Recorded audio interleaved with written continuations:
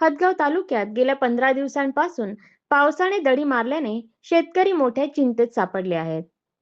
पाण्याअभावी सोयाबीनसह खरीप पिके करपू लागली असून जनावरांसाठी चाऱ्याची टंचाई निर्माण होण्याची भीती व्यक्त होत आहे.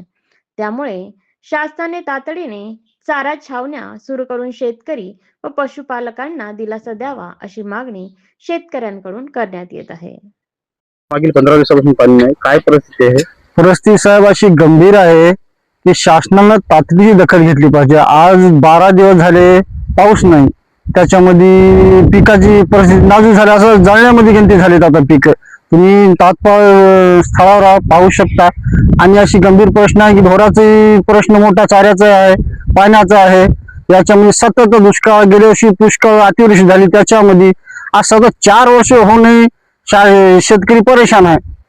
दरवर्षी दुष्काळ किंवा अतिवृष्टी किंवा असे नैसर्गिक संकट याच्यामुळे शेतकरी हवालदिल झालेला आहे. तरी शासनाला आमची नम्र तातडीची आम्हाला शेतकऱ्याला भरपूर काहीतरी मदत करावा आणि बियाणं उपलब्ध करून द्यावं.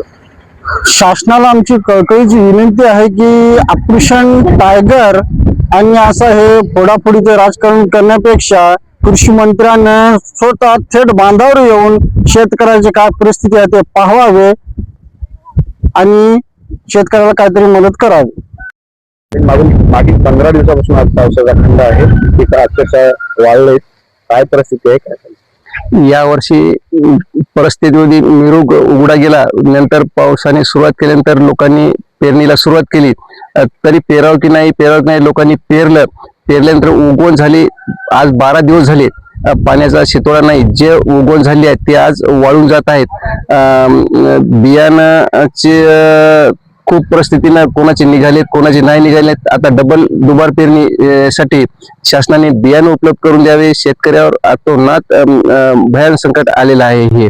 आणि आता जनावरांसाठी पाणी नाही कुठं आणि चारा नाही. गंभीर चाऱ्याचा प्रश्न निर्माण झालेला आहे. आणि तरी शासनाने या दखल घेऊन चारा उपलब्ध करून द्यावा आणि या दुबार पेरणीसाठी आर्थिक मदत देऊन बियाणं उपलब्ध करून द्यावा.